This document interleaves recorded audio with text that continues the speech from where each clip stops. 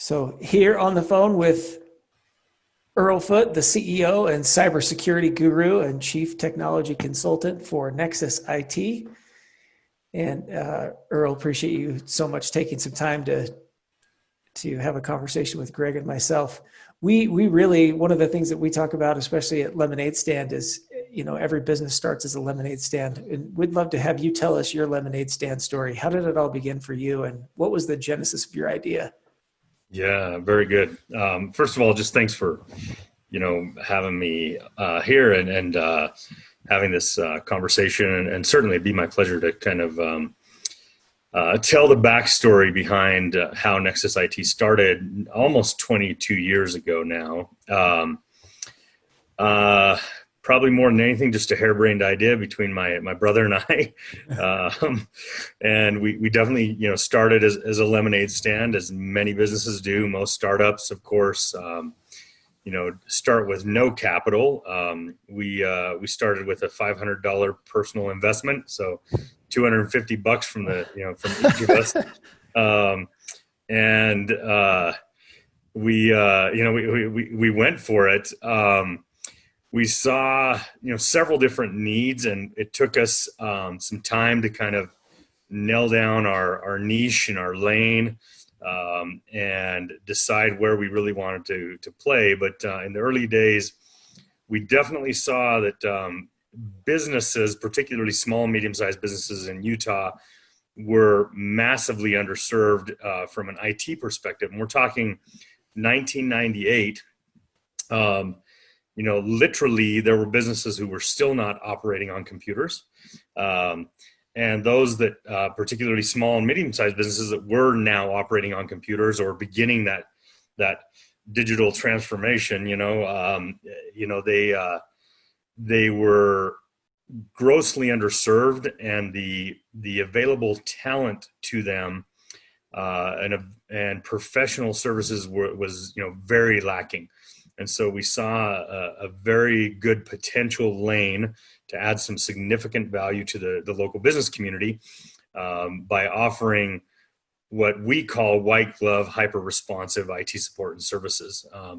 Very hyper professional types of services.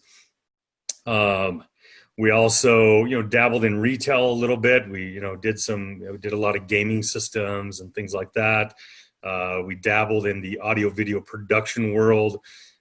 For some time, we produced turnkey audio video production computers for studios.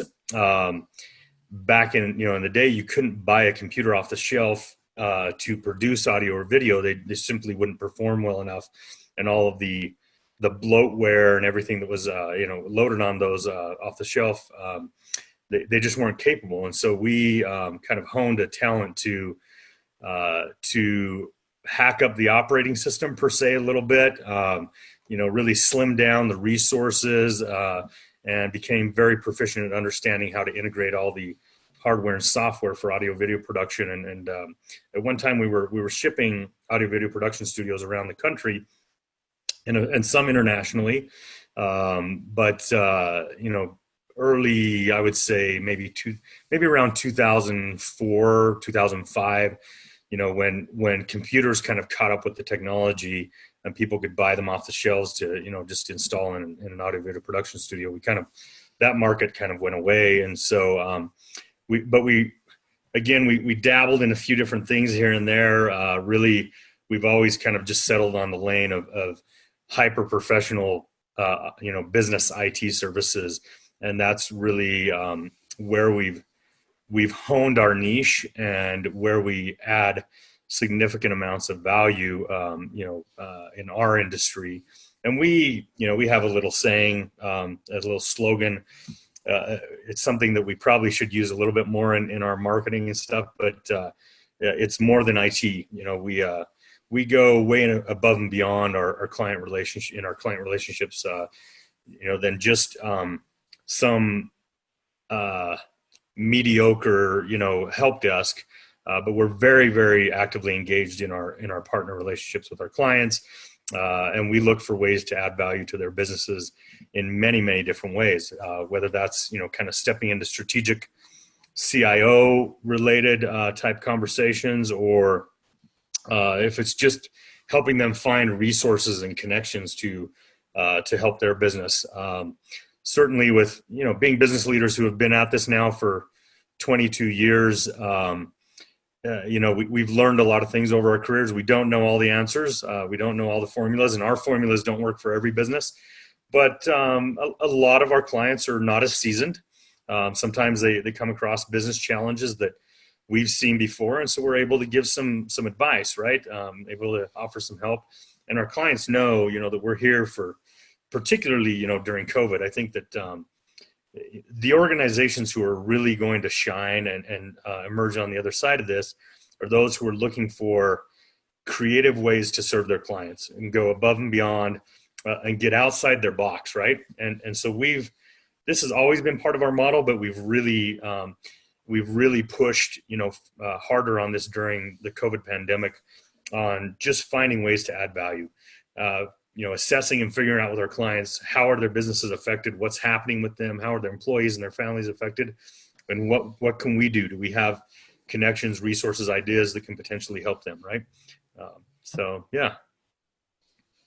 That's so awesome. And I loved the fact that you say that we're more than just that, because ultimately that's, especially when you're talking about IT infrastructure and data and things that are so critical for a business and how they operate. But there's all these outlying factors too that also impact that, and making sure that they know you care beyond that. That's awesome. And that's one of the things that just rings true across all the content that you produce too, that that you see on LinkedIn.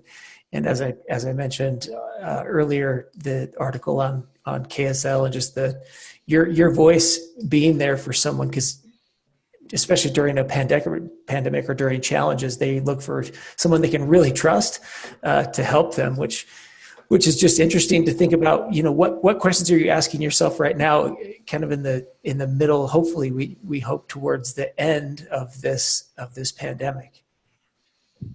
Yeah. One interesting thing that we're seeing happen right now, Derek, and I don't share this to pat ourselves on the back, but it is to pat ourselves on the back for trying to do the right thing for a long time. We are seeing a lot of organizations come to us now over the last 2.5 or 3 months who we've had engagement and relationships and conversations with, for ongoing now for months or years. And because of the current situation, they've realized that they want absolute certainty in every piece of their business, right? And oftentimes when they've been dealing with other IT providers who probably are giving them some pretty subpar sort of services, right, that they've never been very happy with, but they're the devil they know, and so they just continue down the road. Well, it seems that businesses are far more motivated right now to align with the right partners who are going to, they can really trust, and that are going to give them some security and certainty within their businesses. And so that's, having laid that groundwork for years and years and years before, this hit, honestly, it's really been a massive help to us in continuing to grow as a business, and continuing to create an environment where we can keep our people employed, where we can make sure that their families are taken care of, that everybody's getting their paychecks. It's I think that's been one of the biggest things that's helped us during this time, right now. And I'm sorry, I don't know if that answered your question or not. Yeah, no, it did. I mean, these are questions I think we're all asking ourselves right now, and in the middle of this. And I think one of the things that you mentioned specifically is just finding ways to add more value, and ultimately, the relationship that's created with these clients that's long term is everything. And I think we'll remember these times forever. Those who were there, those who stepped up, those who helped, those who reached out. Now more than ever, right? And it's the good old fashioned relationship building that I think will last forever, no matter what. So yeah, and I think now more than ever, it's got to be authentic. Yep. It's got to be sincere. I think we all have an insincerity radar, whether that's conscious or subconscious, whether we walk away from a conversation with the warm fuzzies or like just don't, forget the conversation or not. I love that, man. I love it. Insincerity radar. We gotta put that on a quote. Yeah. That's LinkedIn material right there. Well, I think it's true though. Like insincerity radar. I love it. Yeah, and I think right now, like, people pick up on that. If you aren't sincere about wanting to help and wanting to add value, then you're forgettable. You're not memorable.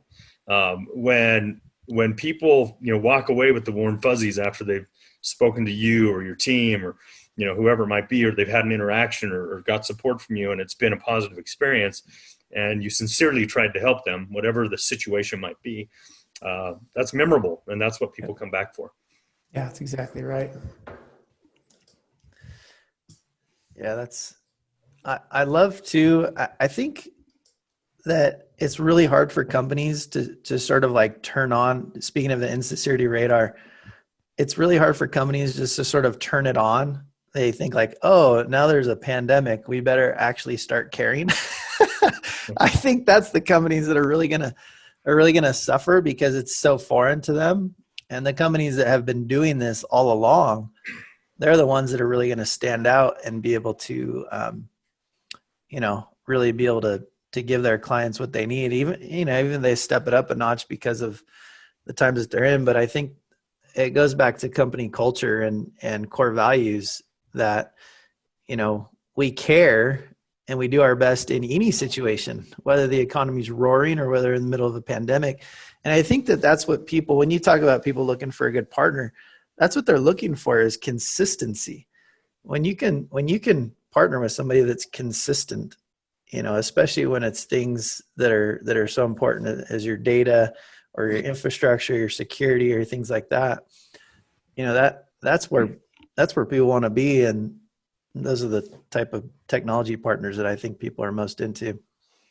Yeah, Greg, I want to come back kind of around to that last sentiment, but really just to reaffirm what you said, and that is that in order to be an organization, that has authenticity, through its core, and that you feel whether you're a client of that organization or not, just in any interaction, it has to be ingrained into the culture. It has to be part of your core values. Yeah. And that's actually one of our core values is authenticity. One of our core values is proactive client care. And this has been groundwork we've laid again for years and years and years, and taught our team and educated and evangelized and trained and share philosophies and why we do things the way we do and why we want to stand apart and how we stand apart. You're right. I mean, organizations that are behind the eight ball on that stuff, that have purely been transactional, they've got a lot of groundwork to make up, and you just can't make that shift, overnight from purely transactional to now I'm really, engaged in a relationship and trying to add value into it and be authentic in the process. But, to come back to your latter comment, Greg, we've seen, in 22 years of our tenure in this industry, business leaders do not outsource their IT to an organization that they do not trust implicitly, particularly if they've been stung by subpar providers in the past. Yeah. And so, technology and data is so paramount to today's business world, right? First of all, you need uptime. Like, you can't deal with your systems being down and being buggy and glitchy and performing poorly and constantly, crashing. The employee sentiment goes, plummets. Your client sentiment plummets. Your profits go out the window. You're dealing with costly, situations all the time. But then the security of data, right? We all know that if you happen to get involved in a data breach, that can be a business-ending event. Unfortunately, Oh, yeah. The average cost of a data breach in Utah for a small to medium-sized business is $2.5 million. And Yeah. if businesses if they're not prepared for that, if they don't have insurance and, they don't have all of the legal groundwork already laid and they're not ready for it, for most, it's a business-ending event. And so Absolutely. you can't sacrifice your data, right? And businesses are not going to turn the reins of IT over to an organization that they don't trust with that data and they don't trust with their technology to keep them functional and keep their employees, working efficiently and productively, and to keep their clients happy. Absolutely. So along those lines with, with that trust and that security and sort of like being able to pivot to meet their needs and being proactive, I think proactivity is really what sets apart one MSP from another. And being reactive is one thing, putting out fires, but really getting ahead of it and getting in front of it.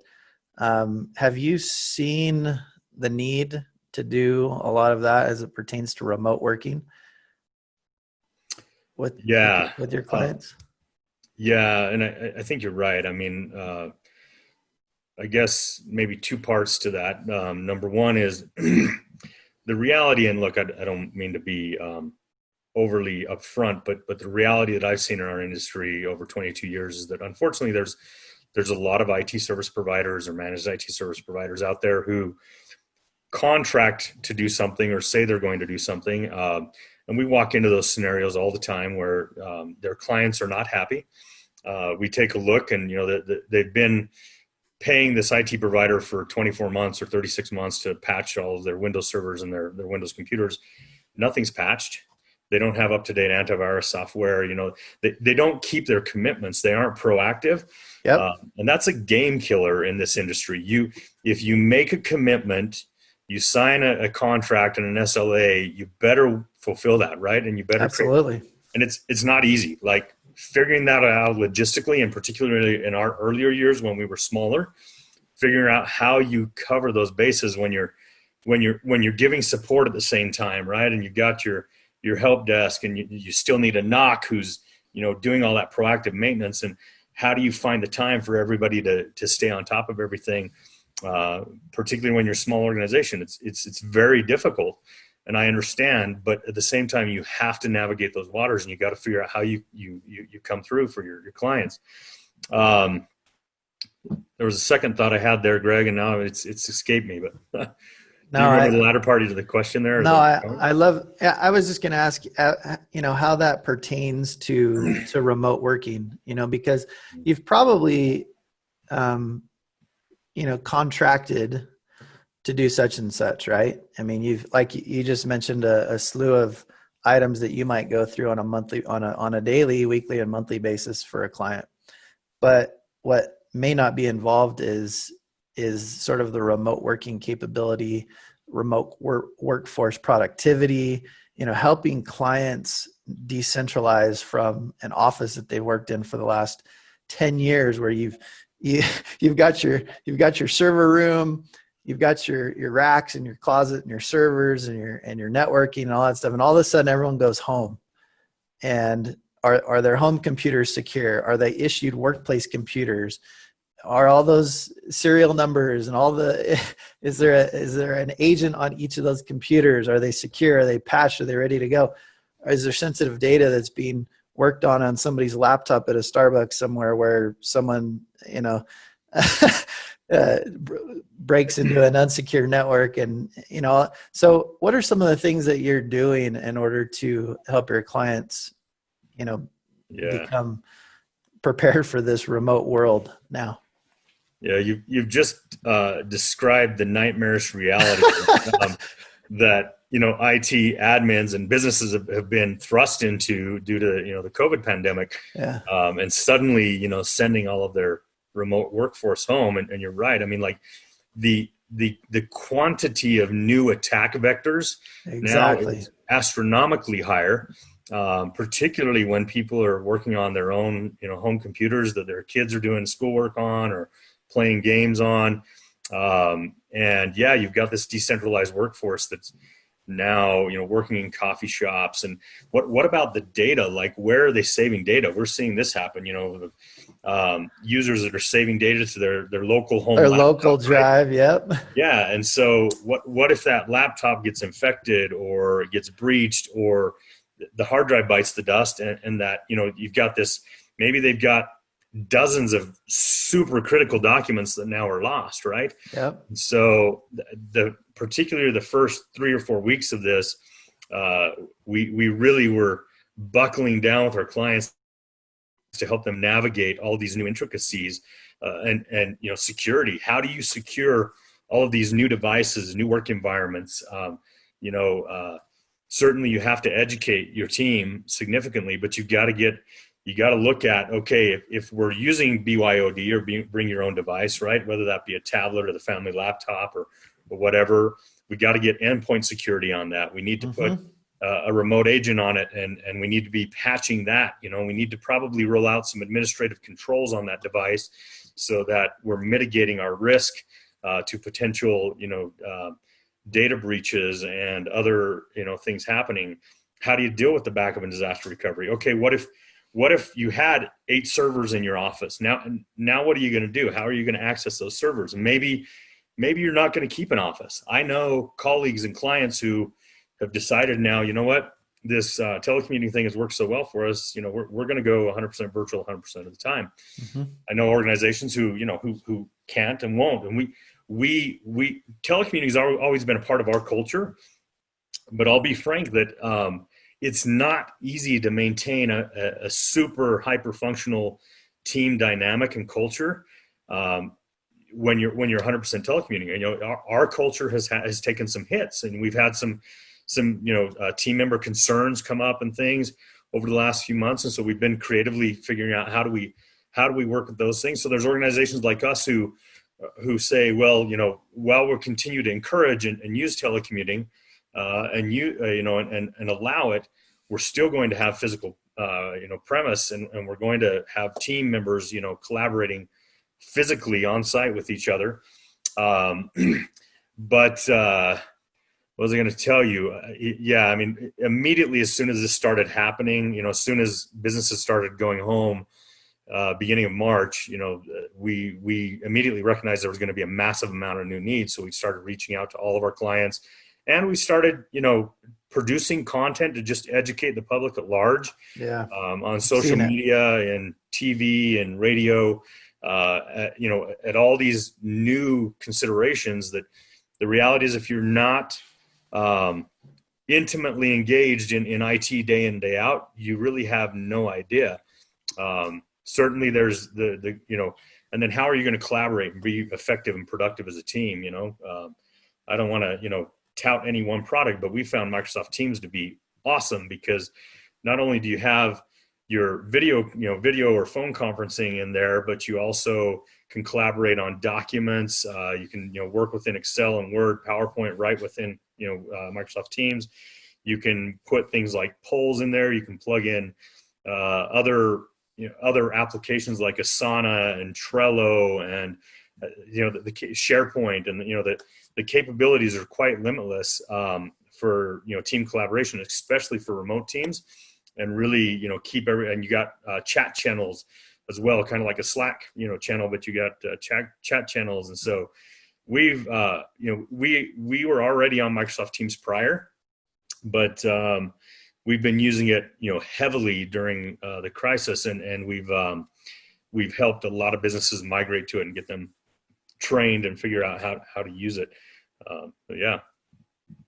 Yeah, I was actually curious about that. If there's any tools that you would recommend, or maybe like a tech stack that if I'm a company and I call you up, I've got 5 locations and we had a headquarters, and all of a sudden we're all remotely working, how would you approach that? Do you have a set sort of standard operating procedure that you'd go through? Are you doing VPNs to each location? Are you doing endpoint, sort of client-based VPN, in-client VPNs? What are some of the things that you're doing in order to make sure that people can connect to centralized network resources and stay in touch? Yeah. So I think one of the unique things about us, Greg, is that we don't have canned one-size-fit-all types of solutions. Right. We really sit down with an organization and evaluate what their needs and objectives are, and then we engineer a solution, that is right for them. Granted, that doesn't make it always the easiest to support when we have, different environments at each client, situation, but it's the right thing to do for them. And so, in that sort of scenario, we'd have to sit down and figure out all the logistics, right? Where is everybody going to be working for? Where are they going to be working from? What sort of devices are they going to be using? What data do they need access to? Where is that data located? What security measures do you have in place now? What new security measures are they going to need? All of these kinds of questions, right? Most certainly, when you have stratified offices like that, you generally tend to have decentralized data as well. And so we, generally speaking, try to get organizations on board, particularly now. It's so much more convenient if you can centralize all the data in some sort of, and we do a lot of private cloud. So one of our most popular package that we sell over the last several years is an all-inclusive IT as a service that covers all the resources they need in the cloud. It covers all their hardware. It covers, if they do have an office, it covers switches and routers. It covers Office 365. It covers all their support, backup and disaster recovery, cybersecurity, on and on. It's one full package. And so when your it makes entire sense, IT infrastructure, I love that. yeah, all they have to do is subscribe a user at, depending upon the situation, X dollars per user per month, and everything is covered. They never have to think about it again. They don't have to procure equipment. They don't have to amateurize equipment, in taxes. It's all operational expenses, which for a lot of organizations works better from a tax purpose anyways. And it's a lot easier to deal with from an accounting perspective. So that's great. Yeah. And I love what you said about looking at each situation, because there are some MSPs, and maybe it just depends on the business model and what you do and the size of the customer you work on and all that kind of stuff. But some will say, hey, you need to fit into this box. So we need you to work within the confines of what we've designed for you. And they're saying that even before even knowing what that company does and how they work. So they might try to fit sort of a square, a round peg into a square hole, when it's not really the best thing for that business. So they might try to cause them to use a software or a tool or an operating procedure, when in reality there might be something better for them that the MSP just doesn't want to work with. It doesn't want to support. It's actually a kind of a disservice to that company. Yeah, it's entirely true, Greg. And let's do an expose on the industry, right? And talk about the reality of the genesis of that mentality. Yeah. Comes from best practices groups of trying to teach MSPs to streamline their operations and be more profitable, right? Yep. So when you can fit everybody within a box, then it's a lot easier to support them. Yeah. And your costs are less, right? And like going in and out.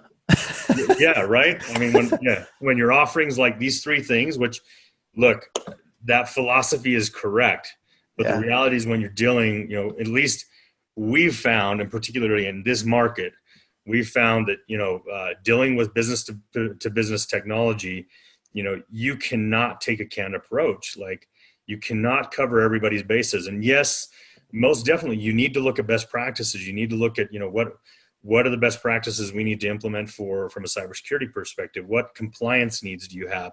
What do we need to make sure we cover, there? And what are your data needs? And, what are your collaboration needs? And et cetera, et cetera. But if you try to fit everybody in that box, you're going to narrow your field of potential clientele extremely tight, or you're going to have a lot of unhappy clientele who might get on board and then 3 or 6 months later go, yeah, this isn't working for us, and we're gone, right? Yeah, you're not making burgers. Yeah, no, Right. This is a very complex industry. It sure is.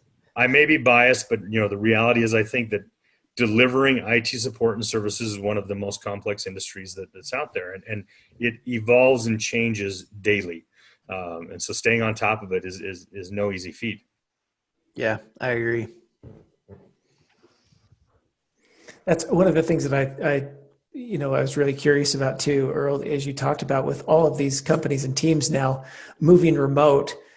How do and a lot of companies have amazing company culture, and company culture can be defined in a number of different ways. But what are you seeing that's working that some companies are doing really well to maintain their company culture and make sure there's high levels of communication and collaboration amongst team members and make them feel a part of something while they're still remote? Yeah. Good question. I think for me, it starts at the top. It starts with leadership. I think, first of all, leadership has to be highly communicative in these situations. There was a lot of there were a lot of conversations or conjecture, when the pandemic started, about just how much leaders should or should not share, and I took the perspective, and based upon, previous leadership training, crisis type leadership training, that you really need to be kind of an open book, right? You need to be talking about worst case scenarios and what could possibly happen. You need to help your people prepare, right, for what's out there, and you don't want to just blindside them, overnight. And I realized there were a lot of companies that were blindsided, and there's nothing they could do about that, right? But where possible, you've got to keep your team in the loop. You got to provide at least some answers and some certainty of not having uncertainty, at least knowing, right, where y'all stand, and do that on a consistent basis. So we determined as a team, and I know leaders who are doing daily check-ins, which is perfectly fine. We determined as a team that weekly was adequate, for our team, and given the logistics of what we do, and that we're very, very busy all the time, we do weekly check-ins and updates with the team, make sure everybody knows, what's happening in the current environments with the state and the counties, and, and with our business, and what's changing, what's evolving, what do we need to be aware of. And we continue to talk about our culture. And Derek, and you're right, this situation of how do you maintain a productive environment and culture. So most definitely, you've got to get some technology tools that help your team stay collaborative and visible. That's one thing that we really like about Microsoft Teams. You need to be consistently checking in with each other, communicating, whether it be, voice messages or phone messages, or, we all do 1,000, now we call them Zoom calls, right? Or Teams calls, whatever you want to call them. But we all do 1,000 of them every day now. And, sometimes certainly there's too much of that going on, but collaborating within projects and that kind of stuff where you're visibly seeing each other. Certainly we, as many other organizations, have found ways to also engage, just have a kind of an offline kind of time and just chat and hang out, even though it's, over video, but just kind of hang out as a team, have some good conversations that are completely, not business related whatsoever. For us, and we were fortunate enough that this was a big part of our culture before, but we've always allowed autonomy. Going back to our core principles, one of our core principles is empowered shared leadership. We are not an organization of micromanagement. We're an organization who provides some vision, some guidelines.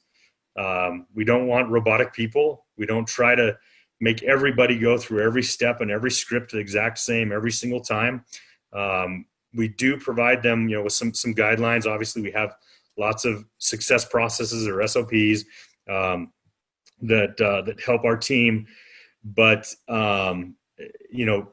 trusting people to be autonomous and then giving them the vehicles and the recognition and rewards for doing that. So we've had monthly incentives as part of our compensation package, for a long time, and the team members that produce at the levels that are required or go above and beyond, get certain levels of incentive every single month. And that's kept us extremely productive. With all of this going on, our team knows that if I'm producing and I'm collaborating with the team and I'm taking care of clients and then I'm going to be recognized and rewarded above and beyond my base salary.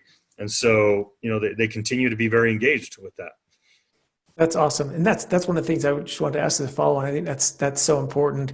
And I love how, when you talk about autonomy and as part of the culture and trusting and empowering your team members, that then shows in the results. But how are you celebrating? You mentioned you have weekly calls with your team in terms of just check-ins. How are you celebrating the success of your team and team members? Yeah. So I would say it's not terribly different than what we've done before. There were certainly times when we had big wins before where we'd all go out to dinner, we'd go axe throwing, whatever it might be, right? Now we can't do those things, or maybe, in the not too distant future, we can do some of those things with a smaller, subset or smaller group. But it's just celebrating together, giving each other a virtual pat on the back, applauding each other, handing out recognition. We've always been an organization that when a team member goes above and beyond, delivers well for a client, we hand them out, a weekend stay at Snowbird with their significant other, or a night out, at some decent restaurant. So continue to doing those things. Maybe it's an Amazon gift certificate, so they can get some toilet paper, right? Yeah, that's awesome. Very cool. I gotta take a drink, guys. Yeah. Yeah, man, toilet paper, the commodity of the future. The gold of 2020. It lands on their doorstep. Invested in toilet paper in February. That's so awesome. Just as a follow-on to that too, what are some companies that you see that inspire you? Who are some some leaders that really inspire you? Yeah, really good question. I think one of the CEOs that I've followed closely over the last 18 months or so is Bill McDermott, the CEO of SAP, who bought, of course, Qualtrics, here locally, largest SaaS acquisition of in history. And Wow. $8 billion, right? $8.2 billion, I think. But I was very intrigued when that happened, and I went and got Bill's book, Winner's Dream, I think. And I just really identify with a lot of his philosophies and his leadership styles. It's very, very connected, very humane. I think he's again, authentic, sincere type of leader who is trying to do the right things for, the people in his organization and for their clientele. And that just resonates, with us and who we are.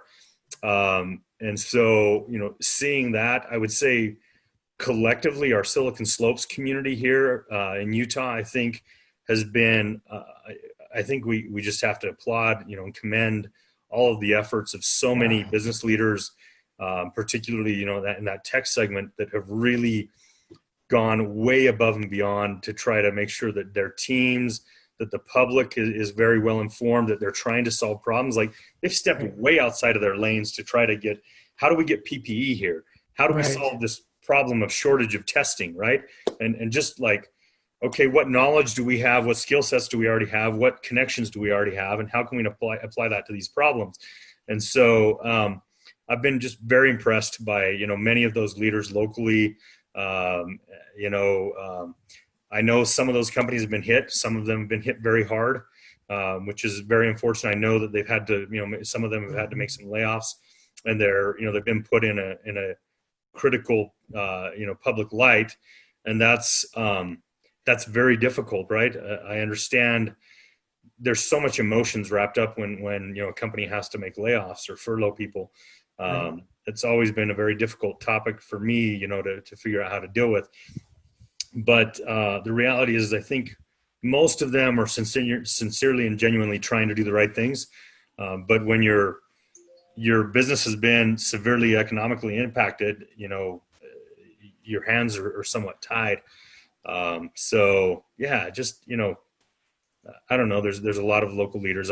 Derek Miller at Salt Lake Chamber, I think, is a really great local leader that I've enjoyed watching throughout this process. As well. I think he's definitely stepped to the plate, and he's shown. Probably don't have time to mention them all, but yeah.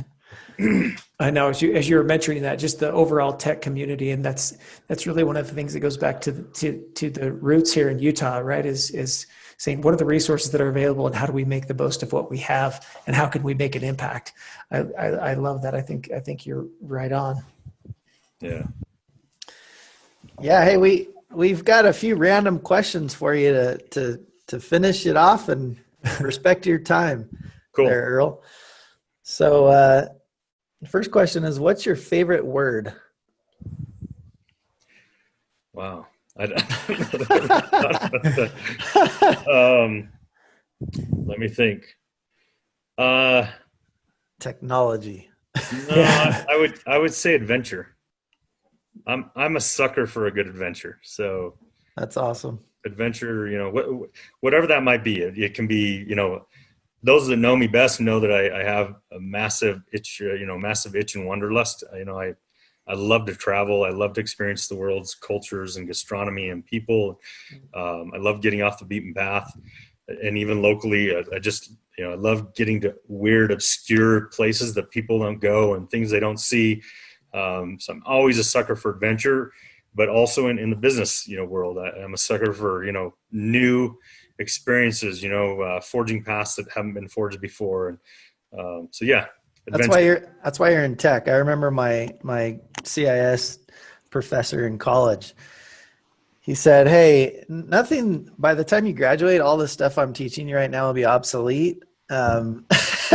You'll learn principles, but in tech, it's always a new adventure because there's always something new that's come out that can make you, your team, and your clients more productive and more efficient and happier people." So it's a lifelong pathway of learning and challenges, and that's certainly why many of us choose to be in the industry. Yes, sir. That's actually one of our core values, is always keep learning. Love that. Yeah. Very cool. Well, good. I don't have any other questions. Derek, do you have any other questions for Earl? Earl, this has been awesome. So insightful, and appreciate your time and all the insight that you've shared, and more than anything, your leadership here in the state of Utah in helping and reaching out and building has just been absolutely extraordinary. And I know on behalf of myself and Greg and I'd say just the Utah tech community, the value you've added. Not only speaking for the last 22 years, but as of late has been meaningful. So just appreciate your time and the conversation so much. Well, thank you. I appreciate that, guys. That's it's meaningful for me. So thank you. Thank you.